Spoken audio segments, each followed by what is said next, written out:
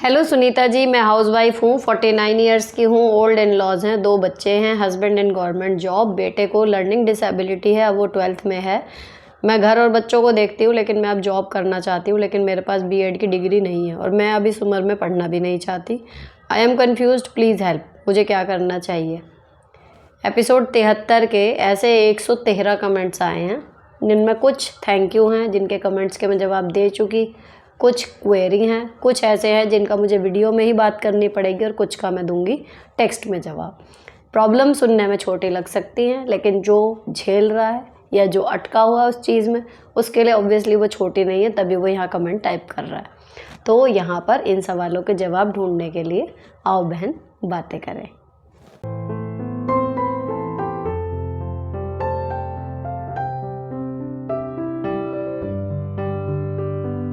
अब इनकी जो प्रॉब्लम है कि ये जॉब करना चाहती हैं, लेकिन इस टाइम पर पढ़ना नहीं चाहती। तो देखो, ज़रूरी नहीं है कि हर जॉब बीएड की डिग्री के बाद ही हो। आपके जो कई सारे ऐसे टैलेंट होंगे जिनमें आप विदाउट एनी हायर क्वालिफ़िकेशन आप पैसे कमा सकते हो, है ना। जॉब केवल टीचर की ही नहीं होती। लेकिन सपोज़ करो आपको टीचिंग जॉब ही करनी है, तो प्राइवेट स्कूलों में बिना बीएड की डिग्री के भी, बहुत बड़े स्कूलों में नहीं रखेंगे, लेकिन जो छोटे दर्जे के थोड़े स्कूल होते हैं, आप उनमें कर सकते हो। अगर केवल बात इतनी है कि जॉब करनी है, वो लोग रख लेते हैं बिना बीएड की डिग्री वाले भी। और जब आप एक बार एजुकेशन के फील्ड में आ जाएंगी, पढ़ाने लगेंगी, आपका रिदम बन जाएगा, तो फिर हो सकता है आपका मूड बन जाए और आप बीएड भी कर लो। तो जस्ट स्टार्ट। जब हम ब्रेक के बाद शुरू करते हैं तो स्टार्ट करना मुश्किल होता है। ज़्यादा सोचो मत, स्टार्ट करो, धीरे धीरे चीज़ें ट्रैक पर आ जाएंगी। नेक्स्ट, मैम मेरा मन की एक दुविधा दूर करो। मेरा बेटा 6+ इयर्स का है, यूकेजी में पढ़ता है, पढ़ाई में ठीक ठाक है, एक्टिविटीज़ में भी एवरेज है, काफ़ी चीज़ों में उसकी रुचि अच्छी भी है, लेकिन जैसे डांस, ड्राइंग, बस एक कमी है कि वो बोलता नहीं है किसी से भी, ना अपनी स्कूल टीचर से, ना ट्यूशन टीचर से, ना अड़ोस पड़ोस में किसी से, ना कहीं हम रिलेशन में जाएं वहाँ। अपने पापा को पापा नहीं बोलता, सुनो कह के बात करता है। आज उसका रिज़ल्ट आया यूकेजी का, उसके 76% बने। पहले तो मैं नॉर्मल थी कि ठीक है, उसकी मैम बोली पढ़ने में एवरेज ही है, सिर्फ इतने नंबर लाया है, टॉप 5 में ये 5th है। और उसकी मैम ने क्विल्ट स्टूडेंट्स का टैग लगा दिया उसकी शर्ट पर। वो बाकी बच्चों की तरह नॉर्मल नहीं है बिहेवियर वाइज। मुझे वो नहीं बुरा लगा, पर घर आके मैंने अपने स्टेटस पे देखा, मेरे किसी नोन ने अपनी बेटी का रिज़ल्ट लगाया हुआ था, उनकी बेटी के 97 बने और मेडल मिला था। तो मुझे उससे जेलस नहीं है, बट अपने बेटे के लिए बुरा लगा कि मैं इतना पढ़ाती हूँ, ट्यूशन भी लगाया, फिर भी उसके नंबर एवरेज रह गए। और जबकि वो रिलेटिव ने खुद पढ़ी लिखी है ना तो, और ना बेटी का ट्यूशन लगाया। वो टैग वाली बात मुझे परेशान कर रही है अब, क्योंकि क्लास में भी साइलेंट रहता है, बहुत बोलता चालता नहीं है। आपने इतना लंबा कमेंट ये लिखा है और अब मुझे याद आ रहा है, शायद आप कंफ्यूज हो गई कि अब 2 एपिसोड का ब्रेक चल रहा है, क्योंकि बहुत ज़्यादा वो हो रहा था हेक्टिक कि मुझे रात को ही शूट करना है या कुछ और। बीच में मैंने एक रैंडम क्वेश्चन जो अलग अलग वीडियो पे आए थे उसका वीडियो डाला था, इसलिए अब जैसे आज ये वीडियो जा रही है, आप इस पर कमेंट करोगे ना, तो इससे एक वीडियो छोड़ के आएगा इसका जवाब। तो कई लोग मुझे लग रहा है उस पर कन्फ्यूज़ हो रहे हैं। आज वाली जो गई थी वीडियो, कल वाली जो गई थी, उस पर कई एक कमेंट आए थे कि आपने मेरा कमेंट नहीं लिया, आपने मेरा कमेंट नहीं लिया। मैं यहाँ पे लगभग 2 घंटे मुझे लगते हैं और पूरी कोशिश यही रहती है कि या तो टेक्स्ट में या यहाँ पर मैं जवाब दे दूँ, है ना। तो मुझे लग रहा है कि थोड़ा कन्फ्यूज़न हो रहा है यहाँ पर।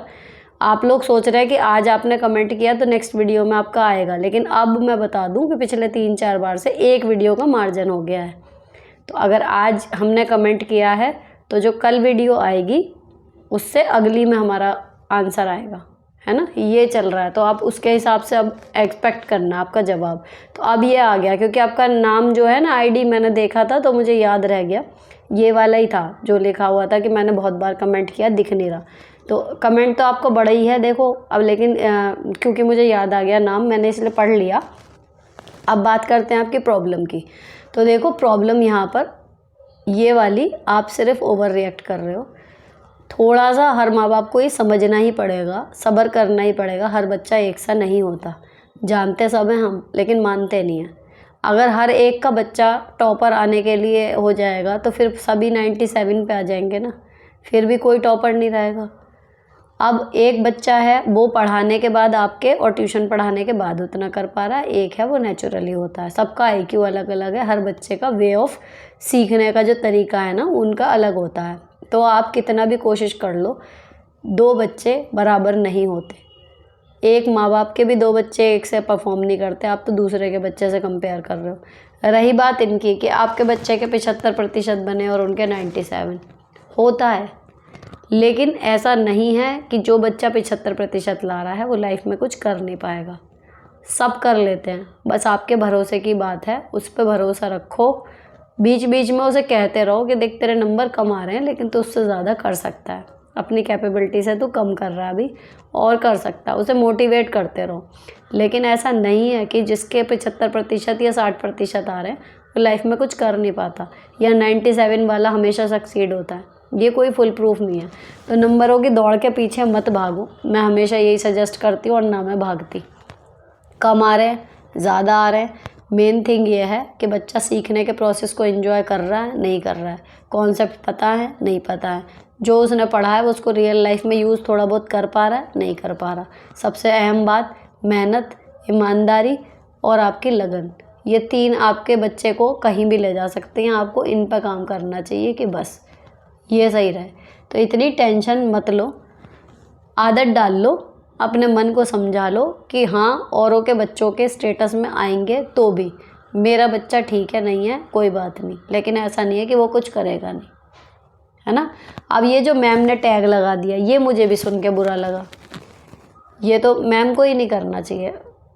कोई कर रहा है बच्चा अच्छा परफॉर्म, उसको कर दो तारीफ़, लेकिन अगर कोई अंडर परफॉर्म कर रहा है उनके हिसाब से भी तो उसको बताने के और तरीके हो सकते थे। टैग लगाना ये गलत था, तो अब लगा दिया, ठीक है। कुल मिला के मेरी सजेशन आपको ये है कि ये चीज़ आज से आने वाले 5 सालों बाद आपको शायद याद भी नहीं रहेगी, तो जस्ट इग्नोर करो इस चीज़ को, मत दो इतना ध्यान, ये सच में इम्पॉर्टेंट नहीं है। नेक्स्ट में ननद मेरे हस्बैंड को इमोशनल ब्लैकमेल करती है। वो चाहती है कि मेरे हस्बैंड उनके भाई बहनों को ही कमा के देते रहे। मेरे हस्बैंड मेरी बात नहीं मानते, वो ज़्यादा से ज़्यादा उनका ही करते हैं। हमारा तो सिर्फ नीड्स पूरी होती हैं, वो भी ज़रूरी वाली, जैसे खाना, एजुकेशन, और कुछ नहीं करते। जो भी बचता है वो अपने परिवार को ही देते हैं। अब आपके परिवार जो वो उनका है, हो सकता है उनको आपके पति के पैसों की ज़रूरत हो, उस घर के बेटे हैं वो, है ना। क्योंकि इतना पागल कोई नहीं होता कि अपने बीवी बच्चों को भूखा मारे और फिर अपने और रिश्तेदारों को भरे, और इतने समझदार वो हैं कि पहले आपके बेसिक नीड्स पूरी कर रहे हैं, ठीक है। तो एक बार एक तो तटस्थ होकर ये देख लो कि क्या सच में उन लोगों को पैसे की ज़रूरत है, और अगर वो पहले से भरे हुए हैं और आपके हस्बैंड फिर भी उनको और दिए जा रहे हैं, तो फिर जब आपकी ज़रूरतें पूरी हो जाएं, अगर आपको कोई चीज़ चाहिए, सपोज़ करो आपको पार्लर जाना है, आपको किसी ओकेजन के लिए कपड़े खरीदने, आपकी जेन्युइन मांग है लेकिन वो नीड्स से ऊपर है, वांट्स में है, लेकिन आपने मान लीजिए साल में कोई एक साड़ी भारी खरीदने का आपका मन है किसी फंक्शन के लिए, या फिर आपको कोई महंगा मेकअप प्रोडक्ट या कुछ लेने का मन है, या बच्चे को कोई टॉय दिलाने का मन है, वो सब नीड्स में नहीं आते, वो वांट्स में आते हैं। तो ऐसी 1-2 चीज़ के लिए आप कह सकती हो स्पेशली कि ये चीज़ें भी होती हैं यार, ज़रूरी है। मुझे हर महीने मत दिलाओ, लेकिन साल में 1 या 2 बार तो मैं डिज़र्व करती हूँ ना, ये केवल ज़रूरतें पूरी हों, आप इतने ही कमा रहे हो, उनको देना है। आप इतना ये है कि इतने 1000 आप मान लो कि हाँ इतने देने हैं, लेकिन ये क्या है कि हमारी जितनी ज़रूरत पूरी हुई उसके बाद जितना बच रहा है आप वहाँ दे रहे हो, वहाँ का भी फिक्स कर लो, और हमारी वांट्स का भी एक फ़िक्स कर लो कि जो नीड्स से ऊपर भी हमें थोड़ा बहुत चाहिए वो, ताकि हम में भी असंतोष ना हो और वहाँ पर भी आप जैसा चाह रहे हो बना रहा है वैसा बना रहे। तो उनको एक आइडिया दे दो कि मुझे इतने, हमारी वांट्स के लिए इतने रुपए और हमारे घर के लिए रख लो, उसके बाद आप वहाँ पे दे दो, ताकि मैं भी परेशान ना हूँ। तो शायद वो आपकी बात मान लें और वहाँ करना थोड़ा कम करके आपके ऊपर थोड़ा और खर्च करना शुरू कर दें। नेक्स्ट, मैम चालाक सास ने मेरा पूरा करियर बर्बाद कर दिया मंदिर और पूजा में, नार्सिसिस्ट है, इन्हें कैसे समझाऊं मैम कि मैं भी ऐसी हो सकती है। ये सास खतरनाक वाली है, बहुत दिमाग चलाती है, मुझे बुरा बना रखा है मैम, आई लव यू। जब आपको उनकी सारी कमियां अच्छे से दिखाई दे रही हैं तो आप उसको बर्दाश्त कर क्यों रहे हो। उन्हें समझाने की ज़रूरत नहीं है, जो आपको करना है। मान लो आपको लग रहा है आपका टाइम उसमें ख़राब हो रहा है और आपको कुछ और करना चाहिए, तो करो उसे, मत रुको उनके रुकने से, है ना। तो किसी को सुधारने की, कुल मिला के जो मेरा मानना है, हम किसी को बदलने वाले कौन हैं? कोई अच्छा है ठीक है, कोई बुरा है ठीक है। हमारे साथ जब वो बुरा करे तब हमारे ऊपर डिपेंड करता है ना कि हम अपना बुरा होने दें या फिर अपोज करें। बात सिर्फ इतनी है। वो पूरी ज़िंदगी में अपनी क्या कर रही है, औरों के साथ क्या कर रही है, उसका हमें कोई मतलब नहीं। लेकिन हमारे साथ जहाँ हमारी लाइफ इफ़ेक्ट होगी, अगर वो करती हैं तो हमें बोलना चाहिए उसके खिलाफ़ कि नहीं ऐसे नहीं होगा, मैं नहीं सुनूंगी। बस इतनी सी बात होती है। नेक्स्ट, हेलो सुनीता जी, एक बात बताएं, क्या अपना ध्यान रखना, ठीक से ड्रेसअप होना कोई गुनाह है? मैं हमेशा प्रेजेंटेबल रहती हूँ because I like getting dressed up, nails hair सबको मेंटेन रखती हूँ। वर्किंग हूँ और 2 बच्चे भी हैं, इसके बाद भी इन चीज़ों के लिए टाइम निकाल लेती हूँ। पर मेरी फीमेल फ्रेंड्स मुझे टॉन्ट मारती हैं कि पता नहीं लोग कहाँ से टाइम निकाल लेते हैं मेकअप, नेल पेंट सबके लिए। हम लोगों को तो बच्चों से, घर के काम से ही टाइम नहीं मिलता। मुझे फिर गिल्ट होता है कि शायद मैं अपनी रिस्पॉन्सिबिलिटी ठीक से फुलफिल नहीं कर पा रही और फिर उससे इन्फ्लुएंस होकर कुछ दिनों के लिए अपनी सेल्फ केयर छोड़ देती हूँ। प्लीज़ मुझे इस साइकिल से बाहर निकालिए। देखिए, आप बिल्कुल गिल्ट में मत जाइए। सिंपल एक जवाब दीजिए, जब वो कहें कि कैसे टाइम निकाल लेते हैं तो सीधे बोलो कि टाइम मैनेजमेंट होता है, मैंने उसमें महारत हासिल कर ली है। It's all about your interest and your time management.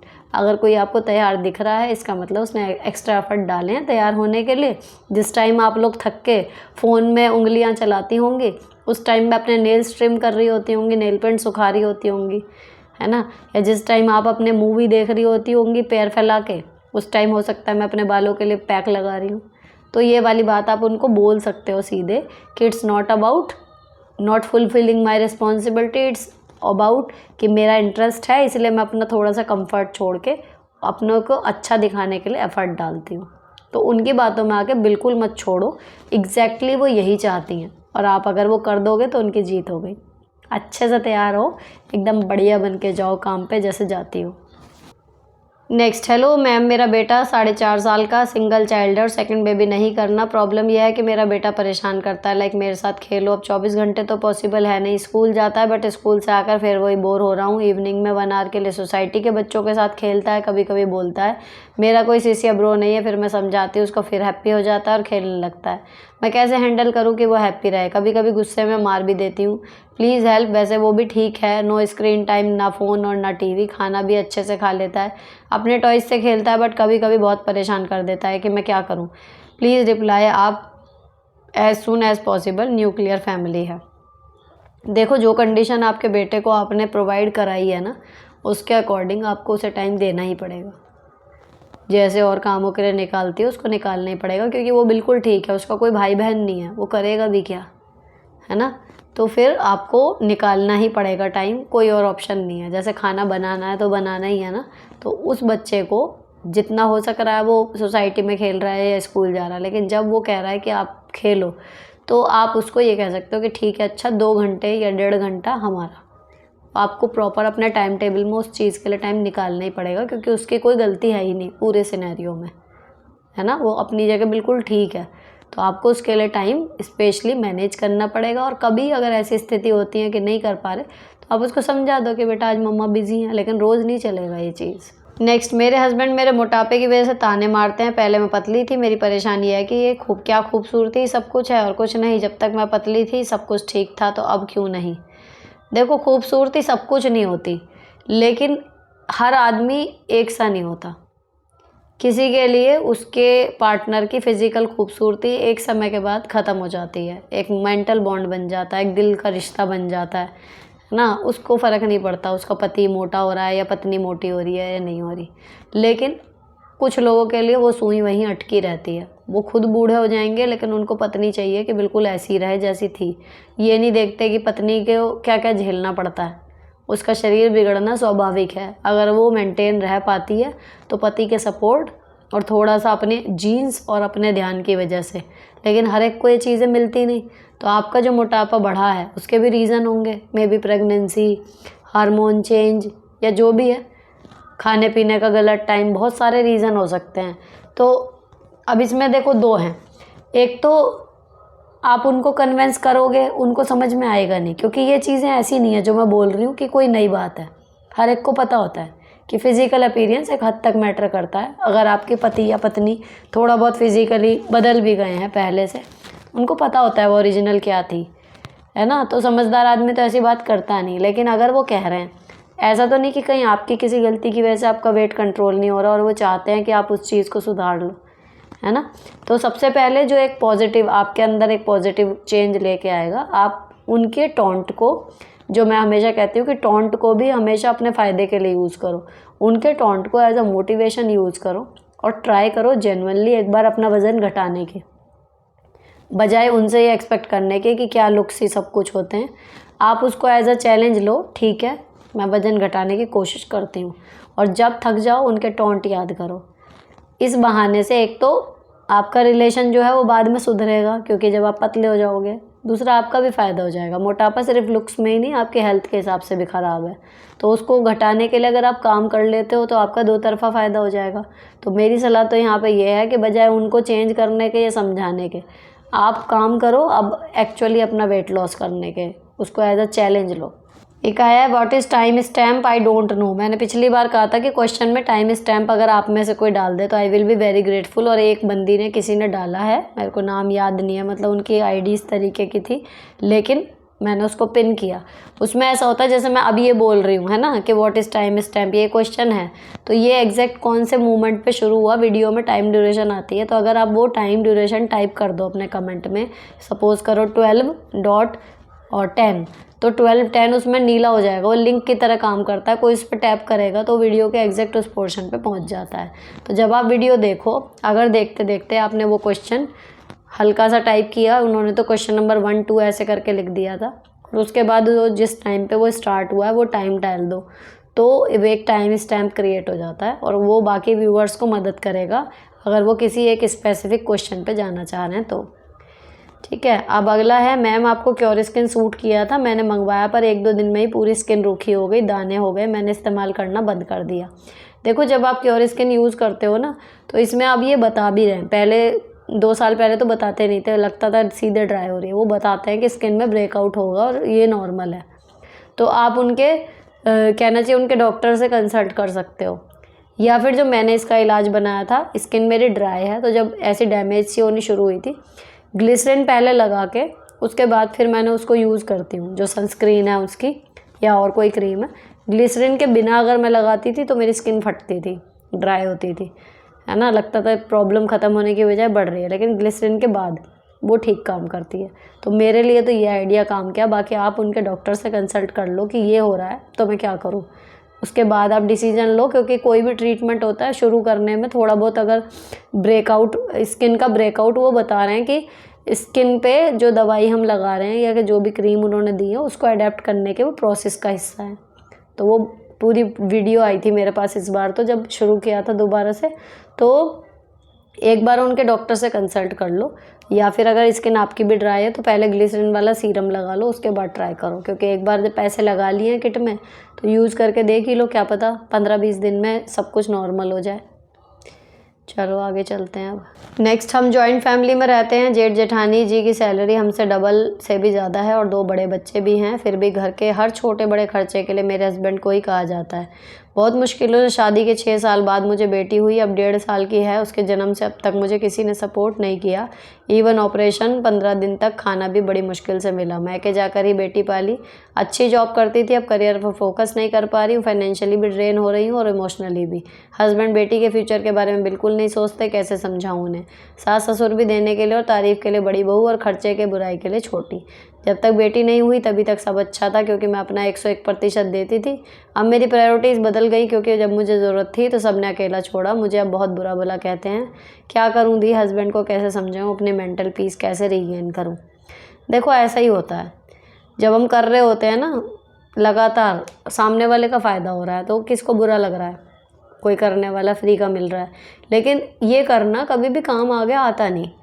आपने तो अभी 1.5 साल की आपकी बेटी हुई है, 6 महीने की बेटी हुई तब बोला, आप 10 साल बाद भी अगर आप बेटी होने के बाद भी करते रहते, 10 साल बाद भी अगर आप 9 साल 9 महीने 10 महीने 11 महीने उसके बाद भी 30 दिन के भी करते रहो ना, और साल के 31वें दिन, समझो आखिर वाले दिन जो दिसंबर का होता है उस दिन मना कर दो, पीछे का सब ज़ीरो हो जाता है। यही होता है। तो इसीलिए मैं हमेशा कहती हूँ कि किसी के लिए भी जब कोई एफ़र्ट डालो ना तो उतने डालो जिसको आप लाइफ लॉन्ग निभा सको। क्योंकि जिस दिन आप थक के मना करोगे, आप सोच रहे हो मजबूरी में कर दें या चल कर देते हैं, आपको ज़ोर पड़ रहा है लेकिन कर रहे हो, लेकिन किसी दिन आपकी बस हो जाएगी, फिर आप मना करोगे ना, उसी दिन आपका पिछला भी सब बेकार हो जाता है। ये रूल है, जितना भी रिश्तेदारों में करने का हिसाब होता है। तो अब आपके साथ क्या हुआ, अब चलो वो हो गया, जल्दी निपट गया आपका काम, कि आपको पता लग गया कि अगर आपने करना बंद कर दिया उस तरीके से, आप बुरी हो गई, आप तो सॉर्टेड हो गई अब एक तरफ। अब रही बात हस्बैंड की, तो उनको समझाने वाली इतनी बड़ी कोई बात है नहीं। सिंपल ये बोलना चाहिए आपको कि ठीक है, खर्चा कोई पड़ रहा है, दे देते हैं, लेकिन सारा हम ही क्यों दें। कायदे से तो देखो जेठ जी डबल कमा रहे हैं, ज़्यादा उन्हें करना चाहिए, लेकिन चलो ज़्यादा नहीं भी करते तो जस्ट आधा आधा कर लो। पूरा देने का क्या लॉजिक है, मुझे भी समझाओ। लॉजिक वाली बात करो तो आएगी बात समझ में कि वो डबल कमाने के बाद भी क्यों नहीं कर रहे, आप कम कमाने के बाद भी क्यों कर रहे हो, और उसके बाद भी आपको टाइम पे सपोर्ट नहीं मिल रहा है ना। तो इस तरीके से जब आप बात करोगे लॉजिकली, बजाय ये कहने के कि मेरा ये करा मेरा वो करा, नहीं, लॉजिक बढ़ाओ अपने हस्बैंड के सामने, लॉजिक वाले क्वेश्चन उठाओ कि ऐसा क्यों, एक्सप्लेन करो ताकि मैं भी समझ जाऊँ। तब शायद वो आपके सामने हाँ ना भरें, लेकिन वो समझ जाएंगे और धीरे धीरे उनके दिमाग में ये चीज़ बैठेगी कि हाँ कुछ गलत हो रहा है और मैं उसका भागी बन रहा हूँ। मैम मेरी ननंद है जो वैसे तो अच्छी है, ऐसे तो 15-20 दिन में आती रहती है, पर जब उसकी तरफ से हेल्प चाहिए तो नहीं आती। लास्ट टाइम कॉन्ट्रैक्ट का सासू माँ का ऑपरेशन हुआ था तो नहीं आई, और इस बार भी नहीं आई। कैटरेक्ट क्या है पता नहीं। मैं वर्किंग हूँ तो लगता है कि एक दिन आके कुछ मदद करती तो अच्छा होता, फिर मुझे बुरा लगता है। देखो दो सोच हो सकती हैं, एक तो सिंपल वही है कि काम चोर है, कि भाई काम के टाइम पे नहीं आ रही। दूसरा ये भी हो सकता है किसी के आने से हमेशा काम घटे, ज़रूरी नहीं है, बढ़ भी जाता है। हो सकता है वो अकेली नहीं आती हो, बच्चे आएंगे, वो ये सोच रही हो कि मम्मी की वजह से भाभी का वैसे ही काम बढ़ा हुआ है, मैं और चली जाऊँ, है ना।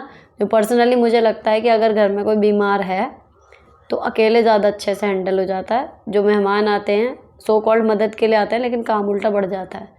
तो मे भी पॉजिटिव रहो, जब वैसे अच्छी है सब कुछ है तो क्या पता वो इसलिए ना आ रही हो, और नहीं आए दूसरा रीज़न वही है कि काम चोर है, नॉर्मल टाइम पे आ जाती है, बाकी उसको लग रहा होगा कि वहाँ जाके करना पड़ेगा। नहीं आ रही तो नहीं आ रही, कोई बात नहीं।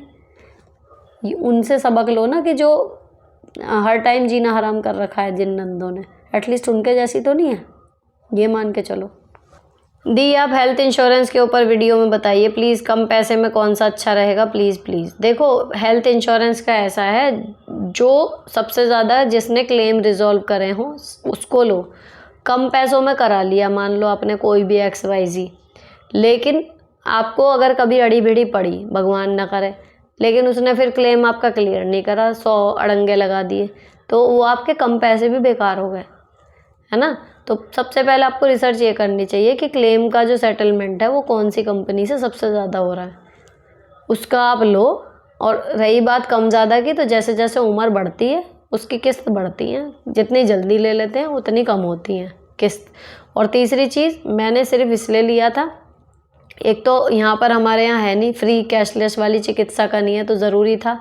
दूसरा इनकम टैक्स में जो है उसकी जो हम प्रीमियम भरते हैं उसकी रिबेट अलग से मिलती है, ठीक है, तो वो लिया था। और लगभग 25 से 35 हज़ार रुपये साल के आप मान के चलो, एक जनरल सा आप लोगे जिसमें आप, आपका लाइफ पार्टनर और बच्चे कवर होंगे। तो नीवा बूपा का इस टाइम पे चल रहा है, उससे पहले HDFC एर्गो का था, है ना। तो सेटलमेंट की तो ज़रूरत भगवान का शुक्र है हमें कभी नहीं पड़ी अभी तक, लेकिन इस टाइम पे नीवा बूपा हमें बेटर लगा तो वो हमने ले लिया था। बाकी आप पॉलिसी बाज़ार पे जाके या फिर आपका कोई एजेंट हो जो पॉलिसी में डील करता हो, उनसे जेन्युइन सलाह लो, वो आपकी नीड्स के हिसाब से, आपकी एज के हिसाब से सही पॉलिसी आपको सजेस्ट कर देंगे इसमें। लेकिन मैं सलाह यही दूंगी कि कम ज़्यादा के चक्कर में ना पड़ के क्वालिटी पे ध्यान दो, क्योंकि ये अगर ज़रूरत पड़ी तो एसिड टेस्ट हो जाएगा, उस टाइम पे कम ज़्यादा मैटर नहीं करेगा। कंपनी अच्छी होनी चाहिए जो आपको एक्चुअल में उस टाइम पे सहारा दे दे। मैम अगर हस्बैंड वैल्यू ना करे तो क्या करें? कभी कभी इग्नोर करते हैं, जल्दी गुस्सा हो जाते हैं, मैं नाराज़ हो जाऊं तो खुद भी नाराज़ हो जाते हैं। मैं तो उनको बहुत प्यार करती हूं, लेकिन लगता है जैसे वो मुझसे ज़्यादा प्यार नहीं करते। हमारी शादी को 6 साल हो गए, 2 बच्चे भी हैं। कहते तो हैं कि मैं भी तुमसे बहुत प्यार करता हूँ, लेकिन मुझे ज़ाहिर करना नहीं आता, लेकिन मुझे फ़ील नहीं होता कि वो मुझसे प्यार करते हैं। ये बहुत लोगों के साथ प्रॉब्लम है। लेकिन बात ये है कि 99% में ये जो हस्बैंड आपके कह रहे हैं ना वो सही होता है। हमें फ़ील नहीं होता, लेकिन एक्चुअली वो प्यार करते हैं, है ना। जब आप उनके बच्चे की हम माँ हो जाते हैं, अगर कुछ एक को हटा दूँ जो बच्चे होने के बावजूद भी अलग अलग रीज़न की वजह से अपने और रिश्तों को इम्पोर्टेंस दे रहे हैं, कहीं ना कहीं सब कुछ सही चल रहा है, इसलिए वो और जगह ध्यान दे पा रहे हैं। एक होता है ना, घर में आदमी शांत है तो बाकी जगह सब जगह अच्छा परफॉर्म कर रहा है।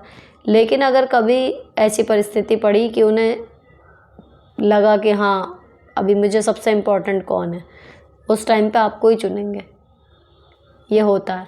तो ज़्यादातर पतियों को वास्तव में जताना नहीं आता, लेकिन वो प्यार करते हैं, दिखाते नहीं हैं। अब रही बात इसकी कि मैं गुस्सा हो जाऊं तो वो भी गुस्सा हो जाते हैं। अब इसका ना एक फ़नी रीज़न है। अगर सामने वाला हमसे गुस्सा हो रहा है और हम उसे जाएंगे मनाने, हमें एफर्ट्स डालने पड़ेंगे, है ना। हो सकता है वो हमें कुछ पलट के कह भी दे, वो भी सुनना पड़ेगा, लेकिन उसे हम मनाने के लिए हर हद तक जा रहे हैं। तो हमें क्या लगता है कि भाई वो हम उनके लिए इम्पोर्टेंट है तो वो हमें मना क्यों नहीं रहे। अब उन्हें पता है कि पत्नी है, मेरी है, ये तसल्ली होती है। तो वो सोचते हैं कि एक तो ना इनके साथ प्रॉब्लम क्या होती है, वो भूल जाते हैं कि लड़ाई किस बात पे हुई थी। ये होती है सच में, मजाक की बात नहीं होता। वो एक्चुअली भूल जाते हैं लड़ाई हुई किस बात पे थी शुरू, या फिर कितनी इंटेंस हुई थी। वो जस्ट एक नींद के बाद उनके दिमाग से हो जाता है ऑलमोस्ट चीज़ें साफ, धुंधली धुंधली सी याद रह जाती हैं। और हम औरतों को रह जाती बात एक एक याद, वर्ड टू वर्ड। तो हम घुसे हुए होते हैं उसी में कि नहीं नहीं नहीं नहीं नहीं, है ना। तो उससे बचने के लिए वो बेटर ऑप्शन क्या होता है कि अब मैं इसे मनाऊँ, इसे मनाने के लिए एफर्ट डालूँ, फिर कुछ कहे तो वो सुनूँ। इससे बढ़िया क्या लगता है उन्हें कि मैं ही गुस्सा हो जाता हूँ। तो फिर क्या होता है, उल्टा हो जाता है कि हम फिर तंग आके दोबारा उन्हें मनाने के लिए जा रहे होते हैं। तो ये एक फ़नी सी साइकोलॉजी है, लेकिन ये हमेशा यही चलती है। और आप इसको लेके बिल्कुल भी ये ना सोचें कि आपके पति आपको प्यार नहीं करते, आपको प्यार वो करते हैं। और रही बात इसकी, तो मैंने आपको एक्सप्लेन कर ही दिया कि गुस्सा क्यों हो जाते हैं। तो आपको जब गुस्सा होना है ना, आप गुस्सा हो, लेकिन ये मत सोचो कि वो मनाने आएंगे, ठीक है। थोड़े टाइम अपना गुस्सा अपने पास रख के उनसे थोड़ी बहुत बातें कम कर दो। लेकिन एक तो बोलना बिल्कुल बंद मत किया करो कभी भी। जब भी हस्बैंड वाइफ की लड़ाई हो या किसी बात पे आपकी कोई मतभेद हो गया, अलग अलग तरीके से सोच रहे हो, आप ना बोलना बंद मत करो उनसे। नॉर्मल बात ना करो, लेकिन सर्वाइवल वाली बात आप करते रहो, ठीक। तो आपकी जो भी मुद्दे हैं ना वो जल्दी सुलझने लगते हैं। और आपको भी वो जो इंटेंसिटी होती है ना कि एक एक बात याद रह रही है, कई कई बार रिपीट मोड में चल रही है, वो ख़त्म हो जाती है। आप करके देखना, कितनी भी बड़ी बात पे आपका झगड़ा हो या कुछ बात हो, मनमुटाव हो, बिल्कुल पिन ड्रॉप साइलेंस आपस में कभी मत करना। तो उनको गुस्सा होने की नौबत ही नहीं आएगी, उन्हें लगेगा कि ये बात तो कर रही है।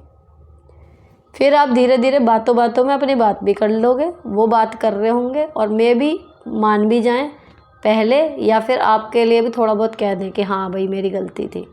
तो आइंदा से ये ध्यान रखना कि जब नाराज़ होना, लेकिन बोलना मत छोड़ना। तो ये प्रॉब्लम आपके ख़त्म हो जाएगी कि मैं होती हूँ तो वो भी हो जाते हैं। नेक्स्ट, हाय दी, मेरी प्रॉब्लम यह है कि मेरे भाई से मैं बहुत परेशान हूँ। मैंने लव मैरिज की है, उसने भी लव मैरिज की है। वो मेरे से तो अच्छे से बात करता है, लेकिन दूसरों को ये कहता है कि मैं बहन से कोई संबंध नहीं रखता। हमेशा लोगों के सामने भाई और भाभी मेरी बुराई करते हैं और मुझे बोलता है कि हमारा रिश्ता अच्छा रखेंगे, लेकिन दुनिया को ऐसा बताएंगे कि उसे मुझे कुछ लेना देना नहीं है। दुनिया को दिखाता है कि वो बहुत अच्छा और मैं बहुत गलत हूँ। ऐसे लोगों से रिश्ता रखना चाहिए? दी प्लीज़ बताएं। हाँ, नहीं, उसे रिश्ता रखने वाली बात तो देखो बाद की है। उसे यही बोलो कि क्यों दिखाना है कि हम आपस में रिश्ता नहीं रखते। पहले उससे ये पूछो कि क्यों दिखाना है तुझे कि हम आपस में रिश्ता नहीं रखते। और अगर तुझे लगता है कि सोसाइटी के हिसाब से तुझे मेरे से रिश्ता नहीं रखना चाहिए, वो ज़्यादा सही है तेरी रेपुटेशन के लिए, तो फिर तू यहाँ रख मत भाई, ऐसे छुप छुप के, है ना। तो ऐसी क्या मैंने वो कर दी, जो तूने किया है वो तो मैंने किया है ना, मतलब सेम ही चीज़ पे हैं हम लोग। तो मुझे जब शर्म नहीं है तुझे अपना भाई बोलने में, तो तुझे क्यों शर्म है अपनी बहन बोलने में? या ऐसा कोई काम तो मैंने कर नहीं दिया, आप अपने घर में सही रह रही होंगी, सब कुछ है। तो उससे सीधे ये पूछो, जब वो ये कहता है कि हम ऐसे बताएंगे, तो कह दो क्यों, मतलब एक्सप्लेन कर मुझे कि क्यों बताना है ऐसे, और अगर तेरे को लग रहा है कि ये गलत है तो फिर झूठ क्यों बोलना है, तो सच में मत रख रिश्ता मुझसे।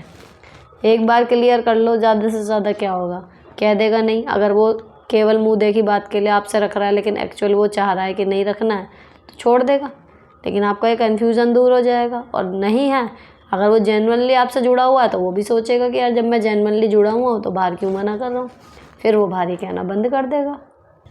मैम प्लीज़ रिप्लाई करना, मैंने बीएड नहीं किया हुआ है लेकिन पढ़ाना चाहती हूँ बच्चों को। अब एक स्कूल में किसी के थ्रू टीचर का डेमो का एक चांस आया है, लेकिन किसी के थ्रू, लेकिन मुझे नॉलेज नहीं है किससे और क्या पढ़ाते हैं। आप प्लीज़ बताइए डेमो कैसे फेस करूँ कि काम सैलरी का है फिर भी मिल जाए ये जॉब।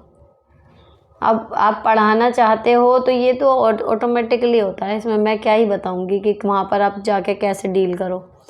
आपका वे ऑफ टीचिंग इंटरेस्टिंग होना चाहिए, भाषा इतनी सरल हो कि बच्चों के स्तर के अनुरूप हो, उनको समझ में आ जाए, कॉन्फिडेंस से बात करना, प्यार से बात करना, और जो पढ़ा रहे हो उस टॉपिक को बिल्कुल अच्छे से क्लियर करके जाना, उसमें आपको कोई डाउट नहीं होना चाहिए, चाहे उसमें से कोई भी कुछ भी क्वेश्चन पूछे। तो आप एक ही टॉपिक वहाँ पे पढ़ाओगे तो एक या दो आप टॉपिक ऐसे तैयार करके लेके जाना ताकि वो चॉइस दें तो आपके पास हो। मेन की है कॉन्फिडेंस। तो आप अपना टीचिंग प्रैक्टिस करने की इस क्लास में कैसे पढ़ाओगे, कमरे में एक दो बार बोल के देखो, एक्टिंग करो शीशे के सामने, कॉन्फिडेंस से करोगे तो हो जाएगा सिलेक्शन। नेक्स्ट, मैम मैं गवर्नमेंट टीचर हूँ बट मेरे हस्बैंड मुझे साड़ी नहीं पहनने देते, कहते हैं लोग गलत नज़र से देखेंगे, बट मैंने कहा कि दूसरे की वजह से मैं क्यों सेक्रीफाइस करूँ, क्योंकि गलत नज़र वाले तो सूट में भी वैसे ही सोचेंगे। इस तरह से और भी काफ़ी चीज़ों में रोक टोक करते हैं। फिर मैं बात करती हूँ तो कहते हैं तू जो तेरी मर्ज़ी से रहना चाहती है, मेरी बात नहीं सुनती, और गुस्से में ताना भी देते हैं कि मेरे पेरेंट्स की सेवा नहीं करती। अब आप बताओ, जॉब घर बच्चे, इनके बाद पेरेंट्स की सेवा का ताना, क्या करूँ प्लीज़ सजेस्ट। देखो, साड़ी नहीं पहनने देते हैं, मैं साड़ी पहनने के भी तरीके होते हैं, है ना। तो आप एक तो इस तरीके से पहनो साड़ी कि उन्हें दिखाओ खुद ही कि देखो अब मेरी तरफ से पहनने में कोई कमी नहीं है। दूसरी चीज़ कि कौन सा मैं रोज़ पहन रही हूँ, कभी कभी तो पहन रही हूँ, है ना। ये आपने कह ही दिया कि किसी और की वजह से क्यों वो होगा, लेकिन जब वो इससे रिलेट होते ही कि मेरे घर वालों की सेवा नहीं करती है वो, तब आप कह सकते हो कि अरे मैं सूट पहनूँ या कुछ पहनूँ तो वहाँ सेवा का कोई दिक्कत नहीं, मेरे साड़ी पहनते ही घर वालों की सेवा कहाँ से घुस जाती है। तो आपको मुझे रोकने का एक बहाना चाहिए कि बस ताना देना है तो देना है। असल रीज़न क्या है, इनसिक्योरिटी, है ना। ऐसा कौन सोचता है आदमी, या तो वो खुद देखते हो दूसरों को इसी नज़र से, या फिर उनके आसपास के लोग उन्होंने देखा हो साड़ी पहनी हुई महिला के साथ टिप्पणियाँ करते हुए। तो वो आदमी अपने एक्सपीरियंस के आधार पे ही, उसके अनुभव जो होते हैं ना, उन्हीं के आधार पे वो डिसीजन लेता है, उन्हीं के आधार पे उनकी सोच बनती है। तो हो सकता है उन्होंने साड़ी वाली महिलाओं पे भद्दे कमेंट्स होते हुए देखे हों, या वो खुद उनकी निगाह बहकती हो इस तरीके से, तो वो उन्हें लगता हो कि मेरी पत्नी को भी लोग ऐसे देखेंगे, पर ऐसा कुछ है नहीं, है ना। और साड़ी पहनने का सबसे बड़ी बात मैंने बता ही दी आपको, तरीका होता है। कुछ लोग साड़ी के नाम पे इतना अधनंगापन मचाते हैं कि सच में देख के लगता है कि यार बेकार लग रही है, इससे तो सूट ही पहन लेती, ये टीचर का पहना हुआ है क्या। कितने टीचर्स आते हैं हमारे यहाँ भी ऐसे। तो डिपेंड करता है आपका पहनने का स्टाइल, और दूसरा ऐसा वो कह क्यों रहे हैं वो वजह। तो दोनों मिला के आपकी इस प्रॉब्लम के जड़ में जाएंगी कि भैया क्यों नहीं पहन सकती मैं साड़ी। दोनों कारणों पर काम करो, उनकी तरफ जानने के भी, और दूसरी बात कि साड़ी अपना पहनने का तरीका ऐसा रखो कि कहीं से भी ज़्यादा कुछ बेकार सी ना लगे, सही सी लगे, मतलब देखने में डिसेंट सी। एक क्वेश्चन आया है और सुन के पढ़ के मतलब बड़ा दुख हो रहा है, लंबा है, मैं शॉर्ट में बताती हूँ। इनके फादर ने इनको बचपन में बैड टच किया और इनका जो है बचपन समझिए उसी चीज़ में गया है। अब ये शादी के बाद इनके फादर तो हो गए ऑफ, लेकिन ये 6 साल तक कंसीव नहीं कर पाई शादी के बाद, और इन्होंने जिठानी की एक बच्ची को अडॉप्ट कर लिया, ठीक है। अब इनका एक लड़का है खुद का। अब ये है इनके साथ जो एक ट्रॉमा बचपन का इनके साथ है कि जब इनके हस्बैंड इनकी बिटिया को प्यार करते हैं एज अ फादर, इनको अपना बुरा समय याद आता है कि कहीं ऐसा ना हो। अब ये अपने बचपन के दुर्व्यवहार की वजह से किसी भी मेल पे अपनी बिटिया को लेके भरोसा नहीं कर पा रही, परेशान रहती हैं। अब किसी को बता तो पा नहीं रही, लोग ये कह रहे हैं कि भाई अपनी लड़की को तुम इतने अंडर में मत रखो, एक हाथ की रहेगी, मतलब परेशान रहोगी, ये है वो है।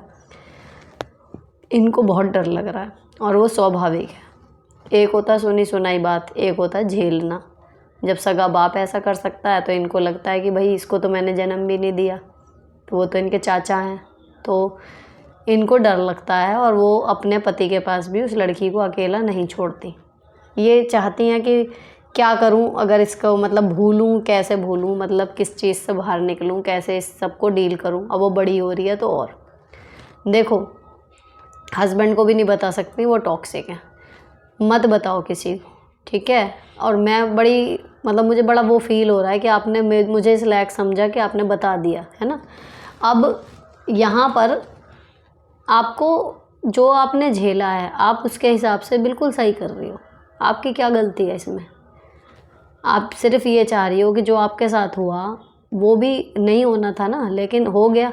तो आपकी बिटिया को आप जो सोच के चल रही हो बिल्कुल ठीक है, कोई भी यही करेगा जिसके साथ ये हुआ होगा। और रही बात इसकी, जो लोग ये कह रहे हैं ना कि इतना अंडर में मत रखो मत रखो, मत सुनो उनकी बात। आप अपने हिसाब से ठीक कर रही हो, ठीक है। हस्बैंड को भी शेयर करने की दिक्कत कब आएगी? अगर वो खुद ही किसी दिन पीछे पड़ जाएं कि भाई तू मुझे अलग क्यों नहीं इसके साथ रहने देती। अच्छा, जब सब लोग हैं, मान लीजिए आपके हस्बैंड एज अ फादर उसको गोद में बैठाते हैं, प्यार करते हैं, कोई दिक्कत नहीं है।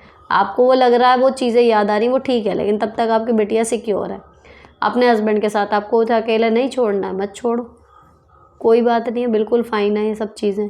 और थोड़ी जब वो बड़ी हो जाएगी, उसको गुड टच बैड टच के बारे में अच्छे से मूवी वगैरह दिखा के, कार्टून वाली, बहुत अच्छे से उसको अर्ली एज में समझाना। साथ ही उसके साथ अपना बॉन्ड इतना स्ट्रॉन्ग रखो कि अगर कोई बैड टच करे तो बेटा आपको मुझे बताना आके, ठीक। तो आप उसके लिए जो कर सकती हैं वो कहीं ना कहीं आप अपने बचपन में अपने लिए नहीं कर पाई, उसकी भरपाई आप पूरी कर रही हो। आपकी कोई गलती नहीं है और जैसे आप चल रही हो चलते रहो, इसमें कोई परेशानी की बात नहीं है। क्योंकि कोई और समझे ना समझे, आप समझ रही हो ना आप ये क्यों कर रही हो। तो आप अपनी बेटी की सुरक्षा के लिए सब कुछ कर रहे हो, बिल्कुल सही कर रहे हो, करते रहो। मैम, मेरा ये सवाल है कि मेरे हस्बैंड 2 भाई हैं। मेरी सास मेरी प्रेगनेंसी के टाइम बहुत मेंटली टॉर्चर की थी। अब मेरी देवरानी प्रेग्नेंट है तो उसे बहुत ध्यान से रखती है। मैं जब प्रेग्नेंट थी तो शुरू के 3 महीने बहुत वॉमिटिंग हुई, फिर भी मेरी सास मुझे देखने नहीं आती थी। और मेरी देवरानी को हमेशा पूछती रहती है कि खाना खाया नहीं, आराम करो, ज़्यादा काम मत करो। मेरा टाइम मुझसे सारा काम करवाई थी। जब तबीयत ख़राब होता था तो मुझे देखने भी नहीं आती थी, बोलती थी ये सब होता है, मेरे भी हुआ था, मैंने सारे काम किए। लेकिन मेरी देवरानी का बहुत ख्याल रखती है। सब देखकर मुझे बहुत गुस्सा आता है, कभी कभी तो रोना भी आ जाता है। मैं बहुत परेशान हूँ। मेरी देवरानी बहुत चालाक है, जानबूझकर काम का बहाना करती रहती है। क्या करूँ प्लीज़ बताएं मैम। आप इसमें कुछ नहीं कर सकते। घर के बुढ़े हमेशा एक ही तरफ झुकते हैं और ये बैलेंस उनका ख़राब क्यों होता है मुझे भी समझ कभी नहीं आया। बाकी जो आपके साथ हुआ, मे भी उन्हें अपनी गलती का रियलाइजेशन हो गया, इसीलिए वो जेठानी पे जो है नहीं ध्यान दे पाए, देवरानी पे दे रहे हैं। दूसरा, आप खुद कह रही हो वो चालाक है, हो सकता है इतनी मीठी हो कि उसने बातों बातों में उनको बिल्कुल सेट कर रखा हो, है ना। और कई बार पता है क्या होता है, हो सकता है आपकी जेठानी वो आपकी देवरानी को कोई मेडिकल प्रॉब्लम हो जो आपके साथ शेयर ना करी गई हो, डॉक्टर ने उन्हें बोला हो ऐसे रखने को, तो कोई मिस हैपनिंग ना हो जाए इसलिए। और आपका सब कुछ नॉर्मल था इसलिए। पॉजिटिव नोट पे ये भी बात हो सकती है। बाकी अगर आपके सास ससुर आपको कम प्यार करते हैं, आपकी देवरानी को ज़्यादा, इस समस्या का कोई इलाज नहीं है, ये यूनिवर्सल प्रॉब्लम है। आप किसी का मन नहीं बदल सकते। कोई आपको कितना प्यार करे और कितना नहीं, ये उसी का डिसीजन होता है। आपके चाहने ना चाहने से कुछ नहीं होता। हर कोई चाहता है कि मुझे ज़्यादा प्यार मिले, लेकिन मिलता उसी को है जिसकी किस्मत में होता है ना। आप चाहे अपनी खाल के जूते बना के भी पहना दो, अगर आपसे ज़्यादा आपकी देवरानी आँखों में चढ़ी हुई है तो वो ही चढ़ी रहेगी, आपका कुछ नहीं होना फिर। तो उम्मीद रखनी छोड़ दो। बेस्ट पॉसिबल वे ये होता है अपनी मेंटल पीस को मेंटेन रखने का कि यहाँ से भाई कुछ नहीं होना मेरा, मैं बाहर हूँ पिक्चर से, बस। दी, मेरे हस्बैंड मुझे पूरा दिन डांटते रहते हैं, गाली देने लगते हैं, मैं क्या करूं। अभी उनकी 4 ईयर से जॉब नहीं कर रहे हैं। वो जॉब भी करते थे तो मेरा कोई खर्च नहीं देते थे। तो आपका घर खर्च चल कैसे रहा है? जो भी आपके घर का करता धरता है उसे बिठा के बात करो कि भैया इनका तरीका जो है वे मेरे साथ पेश आने का इतना बुरा है। जब पति पत्नी के मसले आपस में नहीं सुलझते तो घर के बड़े या फिर उससे भी आगे हो जाते हैं तो कानून होता है ना। तो 3 स्टेप होते हैं, या तो आपस में सुलझा लें बात करके, या घर के बड़े, परिवार के बड़े समझाएं, या फिर पुलिस आती है, वो समझाती है कि डांट मारना क्या होता है। तो देखो किस लेवल पे है आपकी प्रॉब्लम और उसी लेवल पर से सुलझाओ। हाय मैम, मेरे हस्बैंड ड्रिंक करते हैं बहुत ज़्यादा। मेरी 2 बेटी हैं 13 और 6 साल की। हमेशा बोलते हैं तुम लोगों ने मेरा खर्चा बढ़ा दिया है, जबकि मैं भी घर के खर्च में मदद करती हूँ। छोटे बच्चे की पढ़ाई का खर्चा, दोनों बेटी के कपड़े, बुक्स, खाना पीना मेरे खुद के खर्चे मैं ही करती हूँ। मुझे कोई प्रॉब्लम नहीं इसमें, लेकिन ऐसी बातें अच्छी नहीं लगती। जब कहें ना कि मेरा खर्चा बढ़ा दिया, तो क्वेश्चन पूछो कैसे, बताओ। तो वैसे तो देखो, जो ड्रिंक करके बड़बड़ाते हैं ना, उनसे बात करने का कोई लॉजिक है ही नहीं। तो अगर हो सके बेस्ट तो इग्नोर, ठीक है। नहीं हो सके बात करनी है तो सिंपल, जब वो कहें खर्चा बढ़ा दिया, जस्ट पूछो कैसे, पहले वो बताओ फिर आगे का चलो। झाइयाँ कैसे कम करें? मेरे पति के लिए भी हैं और मेरे भी हैं। बहुत सी एंटी ब्लेमिश क्रीम आती हैं, वो ट्राई कर सकते हो, नहीं तो घर का तो बेस्ट है। आलू कच्चा घिसो। मेरे एक बार हुई थी झाई, मैंने तो कच्चा आलू घिसा था, उसी से साफ़ हो गई थी। नेक्स्ट, हेलो दी, मैंने आपको पहले भी मैसेज किया था। मैं बहुत स्ट्रेस में हूँ। मेरे 3 भाई हैं। बड़े भाई का तलाक हो गया है, उसका एक बेटा जो उसकी वाइफ के पास है। दूसरे भाई की शादी हो गई, उसकी वाइफ अच्छी नहीं। उसकी वाइफ मेरे मम्मी पापा से बात नहीं करती। साथ रहते हैं, घर का कोई काम नहीं करती, सारा दिन अपने रूम में रहती है। मेरे साथ भी अच्छा रिश्ता नहीं है। मैं ये सब देख के स्ट्रेस में आ गई हूँ। मेरा अपना घर जाने का मन करता है।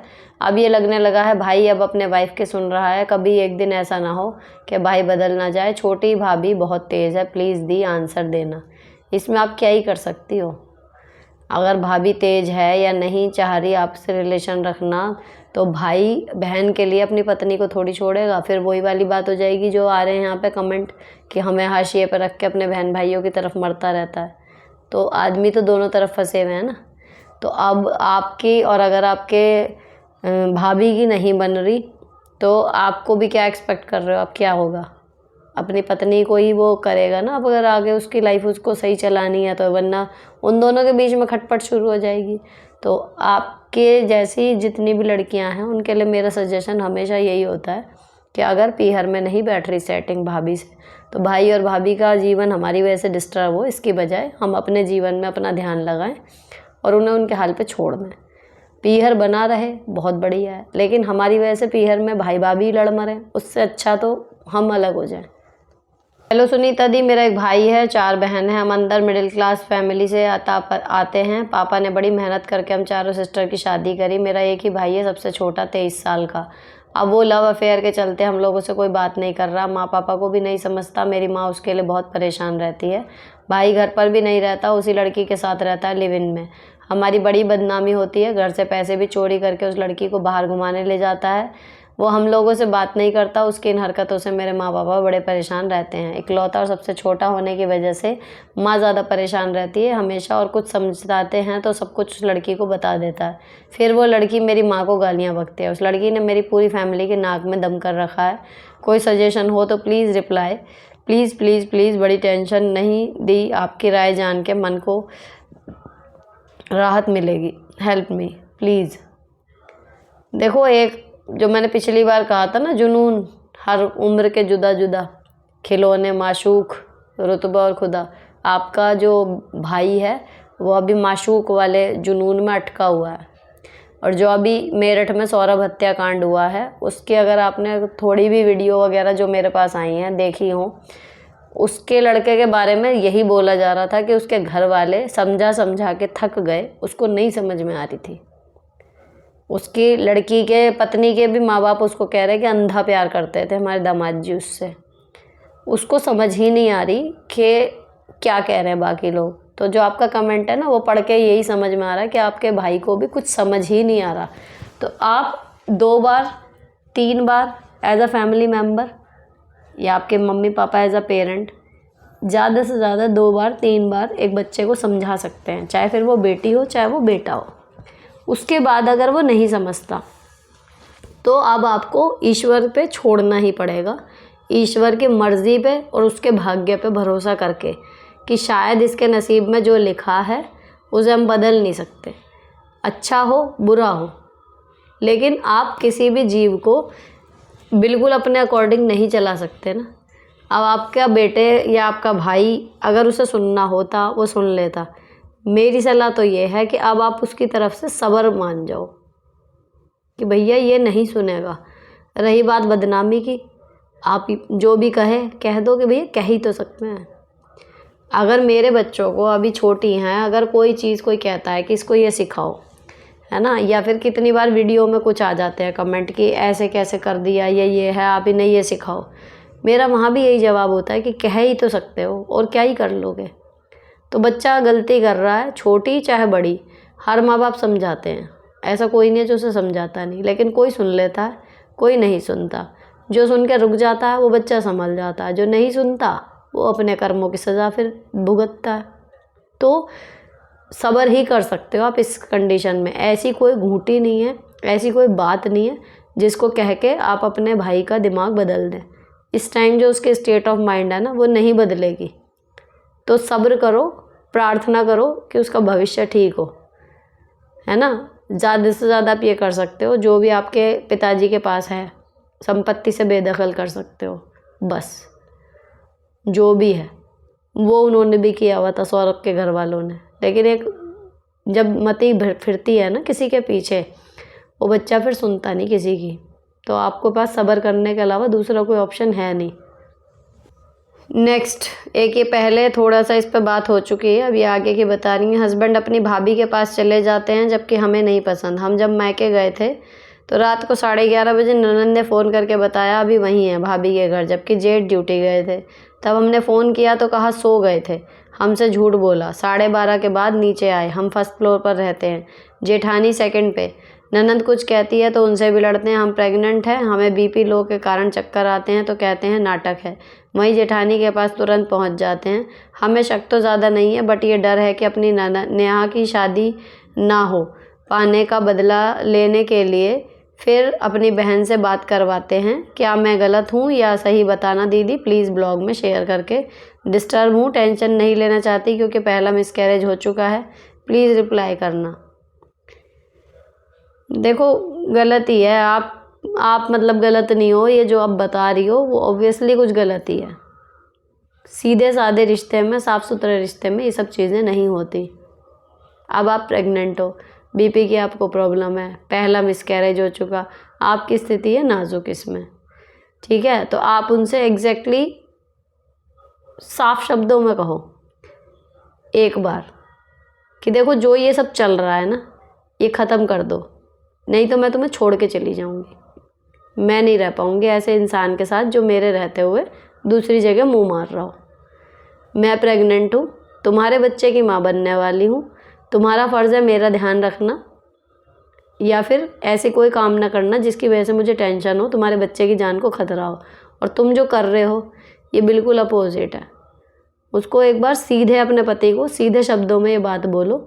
सुन लेते हैं ठीक, नहीं तो आप तो बीच में फंस गई। अबॉर्शन का तो आपके पास ऑप्शन नहीं है। ऐसे आदमी के बच्चे की माँ बनना भी ना एक कलेश ही जान को है। कल को वो और धोखा दे, अभी आप अकेले हो, फिर आपके जान को एक बच्चा भी होगा, लेकिन अब आप बीच में हो तो उस बच्चे को आपको जन्म देना है, नहीं तो पता लगा आपकी जान पे बात आ गई। बाकी उनसे डायरेक्टली बात कर लो।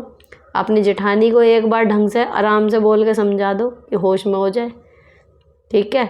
और जब आ जाएं, अपना कमरे में आ जाए ना, अंदर से ताला लगा के चाबी वाबी रख के अपनी तकिया के नीचे, तब सोया करो।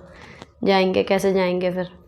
तो कोई समझाने से समझे तो ठीक, नहीं तो फिर दूसरा रास्ता अख्तियार करना पड़ता है। भाई अपना पति है, संभालना तो पड़ेगा, ज़्यादा आप लड़ने की कंडीशन में हो नहीं, ठीक है ना। तो अगर वो भाभी के पास नहीं जाना, ये सुनते ही बिदकते हैं, तो और ऑब्वियस हो जाता है कि भाई ऐसा क्या वो मरा जा रहा है बिल्कुल ही, कोई कि बिल्कुल भाभी से मिले बिना चैन ही नहीं पड़ रही, ऐसा क्या है भाई देवर भाभी का। तो सीधी सी बात है, जेठ से बात करो कि क्या चल रहा है उनके पीछे। लेकिन इस बातों में अपनी तबीयत का ध्यान रखना, आपसे ना हो, आपकी नंद सपोर्ट में, उससे बोलो कि जेठ को बताए कि जब तुम वहाँ जाते हो ये वहाँ पे क्या अपना सेटिंग इनकी क्या चल रही है। लेकिन इस चीज़ को रोकना ज़रूरी है, और जितनी जल्दी रुके, जितने साफ शब्दों में आप कह दोगी, जितना ज़्यादा वो उन्हें कहना चाहिए ज़लालत महसूस हो जाए, रुक जाए तो ठीक, नहीं तो पता लगा जी वो बढ़ता ही जा रहा है। तो रोकना पड़ेगा, लेकिन साथ में अपनी तबीयत का ध्यान रखते हुए बहुत सावधानी से। मैम मेरी समस्या ये है कि मेरी 3 नंदें हैं, तीनों बड़ी हैं। मेरे हस्बैंड सबसे छोटे हैं, उन लोगों की शादी पहले हो चुकी थी। मेरी सास का झुकाव अपनी बेटियों पर ही रहता है, डेली फ़ोन पर बात करती हैं। मैं गवर्नमेंट टीचर हूँ, सारा घर का काम करती हूँ, फिर भी कभी काम ज़्यादा हो जाता है तो बुरा भला कहने से नहीं चूकती। डेली मेरे बारे में चुगली करती हैं अपनी बेटियों से। फिर वो मुझे कहती हैं कि आप मम्मी का ध्यान क्यों नहीं रखती। अब बात ये हो गई है कि दीदी कोई बात को लेकर मुझसे गुस्सा हैं और मेरे पति को कहती हैं कि अब हम तीनों भाभी की बहन की शादी में नहीं जाएंगे, सगाई में भी हमको अटेंशन नहीं दी।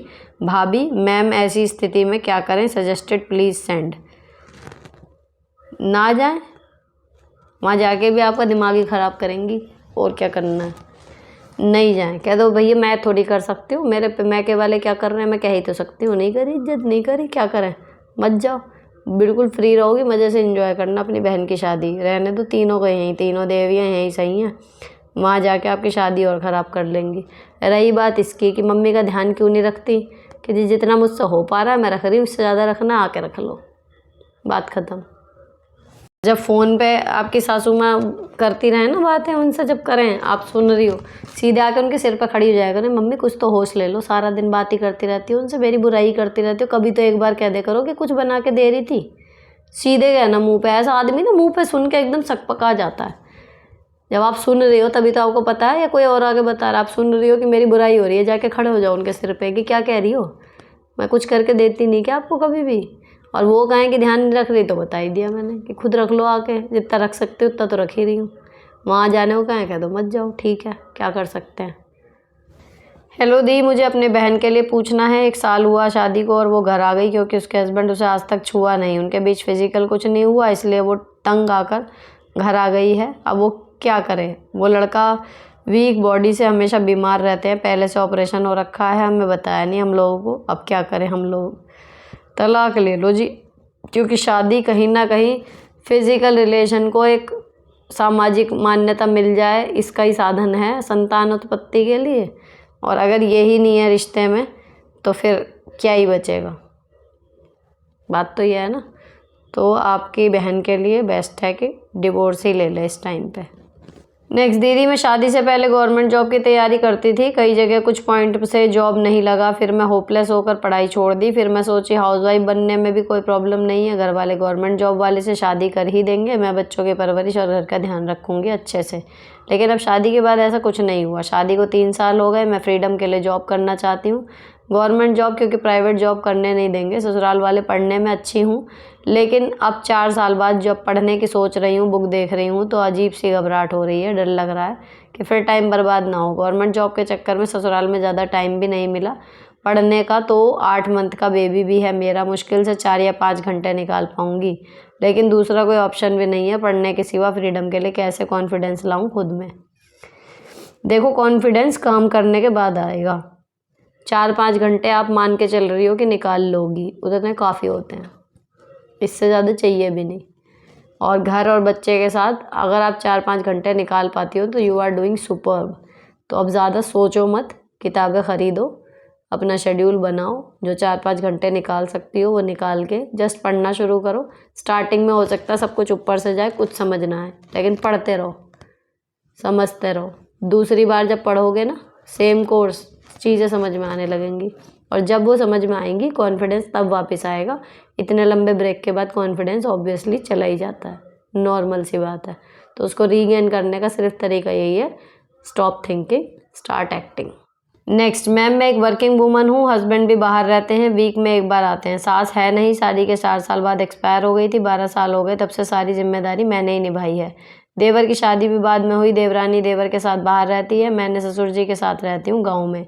लेकिन ससुर जी हमेशा देवर देवरानी की सुनते हैं, मेरे हस्बैंड की कोई बात नहीं मानते, इसलिए मैंने तो खाना ही छोड़ रखा है। छोटी छोटी बातों पर कहना ही होगा, चिड़चिड़ करते हैं, कुछ बोले तो इमोशनल ब्लैकमेल, और बीपी बढ़ जाता है। परेशान होकर हस्बैंड ने बोला हम बाहर रह लेंगे, देवरानी ससुर जी के साथ रह लेगी। देवरानी ने क्लियर मना कर दिया, मेरे आगे कोई बात नहीं हुई, मुझे तो डिसीजन बताया गया बस ये नहीं रहेगी। तुम भी अगर नहीं रहना चाहते तो मैं अकेला रह लूँगा। अब अकेले कैसे छोड़ दें। देवर कोई रिस्पॉन्सिबिलिटी उठाने को तैयार नहीं, क्योंकि ससुर जी का पूरा सपोर्ट है उसको। कुछ बोले तो वो भी कुछ सुनने को तैयार नहीं। 16 साल हो गए, अब और सख्ती नहीं बची, कैसे हैंडल करूं प्लीज़ बताएं। बहुत परेशान हूं, ऐसा लगता है डिप्रेशन में जाने वाली हूं। प्लीज़ मैम आपसे ही कोई सोल्यूशन बताएं। देखो जब वो सामने से ऑप्शन दे रहे हैं ना कि ये तो नहीं रहेगी, तुम्हें भी नहीं रहना तो जाओ, अगर हस्बैंड राजी हो जाए तो चले ही जाओ। अगर कहना चाहिए रस्सी जल गई लेकिन बल नहीं गए, अगर बुढ़ापे में भी इतनी ऐंठ है ना किसी में कि तुम्हें भी जाना है तो जाओ, तो चले ही जाना चाहिए। या तो सरवाइव कर लेंगे अकेले, या फिर बुलाएंगे उसे, अपने लाडले को। मतलब ये तो सीधी सीधी बात हो गई ना कि लेने के लिए, लाड़ प्यार के लिए है। और भैया सीधी बात है, जो अकेला रह लेगा उसको फिर माँ बाप के साथ रहना बढ़िया तो लगेगा नहीं। रिस्पॉन्सिबिलिटी किसे अच्छी लगेगी, वहाँ अकेले रह रहे होंगे आराम से फ्री। तो बात वही होती है, अगर कह रहे हैं ना और आपके हस्बैंड राज़ी हो जाएं तो चले ही जाओ, क्योंकि आप डिप्रेशन में ही रहोगी। ये फ्रस्ट्रेटिंग होता है कि हम एक जगह फंस गए, हम चाहते नहीं है फिर भी हमें वही ज़िंदगी जीनी है और दूसरा मज़े ले रहा है जिसकी बराबर की रिस्पॉन्सिबिलिटी थी, और फिर भी हमें करने के बाद भी हमें गालियाँ पड़ रही हैं। तो ये स्थिति होती ही फ्रस्ट्रेटिंग है। इसमें कोई आपको गलत नहीं ठहरा सकता कि तुम ओवर रिएक्ट कर रही हो। तो अगर कह रहे हैं चले जाओ, चले जाओ, रहो अकेले, कुछ दिन तो रहो, पता चल जाएगा। हेलो सिस्टर, मैं तो मेहमानों से परेशान हूँ, मना कर नहीं सकती और वो आधमकते हैं, मैं पर्सनल काम नहीं कर पाती, क्या करूँ? मेहमानों से अगर आप परेशान हो तो सिंपल तरीका होता है, उन्हें मेहमानों की तरह ट्रीट ही मत करो। जो जल्दी जल्दी आता हो वो फिर फैमिली हो गया, मतलब मेहमान नहीं बचा ना वो। जो आप खा रहे हो वही उनके लिए बना दो, तो पूरा दिन नहीं जाएगा, थोड़ा टाइम जाएगा। बात करनी है, बात करते रहो, साथ में अपना काम भी करते रहो। उनको वो वीआईपी ट्रीटमेंट दो ही मत ना, ताकि उन्हें मज़ा सा आए। और जब वो देखेंगे कि वहाँ आके नॉर्मल ट्रीटमेंट मिल रहा है, तो या तो वो उस चीज़ को, नॉर्मल वाइब्स को एंजॉय करेंगे, तो फिर आपके लिए वो बोझ नहीं है। अगर वो आ रहे हैं सेवा करवाने के हिसाब से, उस लेवल की सेवा उन्हें मिलेगी नहीं, अपने आप आना कम कर देंगे। सीधी सी हिसाब होता है। तो मेहमान अगर हमारे अपने हैं, जो मिलना जुलना, जिनके साथ हमें अच्छा लग रहा है बैठना, ऐसे लोग आएँ अच्छा लगता है ना। उनके लिए अगर हमें आधा घंटा एक्स्ट्रा देना पड़े अच्छा लगता है। जल्दी जल्दी आता है तो हम अपना शेड्यूल उस हिसाब से बनाते हैं कि हमें पता है भाई आएंगे लोग। लेकिन अगर कोई आई इसीलिए रहा है कि कहीं पर कुछ नहीं, चलो वहाँ जाकर अपनी सेवा करवाएंगे, तो भैया ऐसों का इलाज यही होता है, इतनी सेवा उनकी करो ही मत। ऐसे 56 भोग उन्हें खिलाओ मत। जब उन्हें नहीं मिलती सेवा करी कराई, या उनके वो देखने पड़ जाते कि मदद करनी पड़ रही है इसके साथ, तो लग के अपने आप फालतू के तो अपने आप ख़त्म हो जाते हैं, कम कर देंगे आना। Next, hello the, in law के टॉक्सिक बिहेव की वजह से एंजाइटी हो रही है, प्रेगनेंसी नहीं हो रही, 2 साल हो गए शादी को लेकिन बेबी नहीं हो रहा, पति भी मेरी बात नहीं सुनते, प्लीज़ हेल्प। जब इनफर्टिलिटी आती है ना तो अकेली नहीं आती, अपने साथ 100 मुसीबतें, 100 परेशानियाँ लेके आती है। वही आपके साथ हो रहा है। इस वीडियो के डिस्क्रिप्शन में जाना, वहाँ पर इनफर्टिलिटी वाले वीडियो का लिंक मैं हर एक में देती हूँ, क्योंकि हर बार एक ना एक क्वेश्चन ऐसा आता है, उसको सुनना। उसे सुन के आपको राह दिखेगी कि एग्जैक्टली आपको क्या करना है। हेलो दी, मैं गवर्नमेंट जॉब में हूँ, मेरी अरेंज मैरिज है, मेरे हस्बैंड को सिर्फ अपनी फैमिली और मेरे पैसे से मतलब है। वो हमेशा ट्रैक करते रहते हैं कि मैं अपने घर वालों के लिए कुछ कर ना पाऊँ फाइनेंशियली, और ख़ुद कोई हिसाब नहीं देते। मुझे अभी दिसंबर 24 में बेबी गर्ल हुई है, वो मेरे पेरेंट्स की बिल्कुल रिस्पेक्ट नहीं करते, बताइए क्या करूँ? ट्रैक करते हैं लेकिन रोक नहीं सकते। बात ये है ना, मान लो आपने 10,000 अपने घर वालों को दिए, उन्होंने ट्रैक किया, 10,000 दिए, पूछेंगे दिए? जस्ट से यस दिए। और उससे ज़्यादा मैंने दिए, मुझे पता है और आपको भी पता चल गए, आप क्या कर रहे हो मुझे तो पता ही नहीं है। अगर बीइंग अ लाइफ पार्टनर मेरी सारे पैसों की डिटेल आपको पता होनी चाहिए, तो टेक्निकली तो मुझे भी पता होनी चाहिए। मुझे नहीं पता ना, और मैं कर भी नहीं रही पता। आप पता कर रहे हो, कर लो, लेकिन आप रोक नहीं सकते। बस बात खत्म। नार्सिसिस्टिक मदर हस्बैंड का क्या करें, प्लीज़ सजेस्ट। छोड़ दो, ऐसे बंदों को आप सुधार नहीं सकते, या फिर इतने स्ट्रांग बन जाओ कि जो वो चाहते हैं वैसा रिएक्शन आप ना दो। 2 ही तरीके हैं इन लोगों से डील करने के। समझाने से जो समझ जाए वो नार्सिसिस्ट में नहीं आता ना, उसको समझ में आता है, वो रुक जाता है। लेकिन ये लोग होते ही वही हैं जिनको दूसरों को दुख पहुंचाना अच्छा लगता है। तो ऐसों को आप बदल नहीं सकते, जस्ट आप इनसे दूर रह सकते हो। अब एक ये आया है कमेंट, मैंने इनको बोला था कि अपने जॉब ढूंढो और मतलब पैसे कमाना शुरू करो, जो इनकी परिस्थिति थी। अब इसमें क्या है कि वो तो चल रहा है, जॉब तो ये ढूंढ रही हैं। इनके हस्बैंड ने किसी बात पे इन पे हाथ उठा दिया, नंदो को बीच बचाव के लिए बुलाया कि ऐसा हुआ, तो वो कह रही है तेरी ज़ुबान चलेगी तो इनके हाथ चलेंगे। जस्टिफाई कर दिया अपने भाई का हाथ चलाना, ठीक है। और हर तरफ से बुरा उल्टा इन्हें ही बताया जा रहा है। अब ये चाहती हैं कि जी क्या करूं, और मैंने अपने हस्बैंड की बुरी बातें जो हैं वो बड़ी मुश्किल से उनकी आदतें छुड़वाई हैं। कैसे करूं, क्या करूं? देखो, जिस घर में आदमी हाथ उठा रहा है और उसकी माँ बहन उसको साथ दे रही हैं, उस घर में आपका फ्यूचर क्या होगा? ठीक। और आपके ऊपर हाथ उठाने के बाद भी जब कुछ उस इंसान का बिगड़ नहीं रहा, तो वो आगे भी कभी वो उठा देगा, इसकी बहुत प्रबल संभावना है। तो मैं तो उसमें जाऊंगी नहीं कि उसको कैसे अपने साथ में बिहेव अच्छा करने के लिए मैं समझाऊं। क्या ही वो अच्छा बिहेव करेगा जो हाथ उठा सकता है? मतलब आपको क्या लगता है, पत्नी पे हाथ उठाना हिम्मत की बात है? सोच समझ के उठा रहा आदमी, उसको लग रहा है कि मैं इसको मार सकता हूँ। कितना भी गुस्सा हो जाए, आप अपने बॉस को मार लोगे? अपने से तगड़े को मार लोगे? पियोगे ना गुस्सा? तो बात वही है, जिसने कभी सोचा ही नहीं होगा कि पत्नी को मारा जा सकता है, वो कैसे मार लेगा? यानी उसके दिमाग में है एक चीज़ कि मैं इसको मार सकता हूँ, साथ में उसको सपोर्ट करने वाले इतने महान उसके घर वाले। तो अब जो हो गया सो हो गया, अगर आप माफ़ कर सकती हो इस चीज़ को तो कर दो। बाकी मेरी राय अभी भी आपके लिए वही है कि भैया जॉब पकड़ो।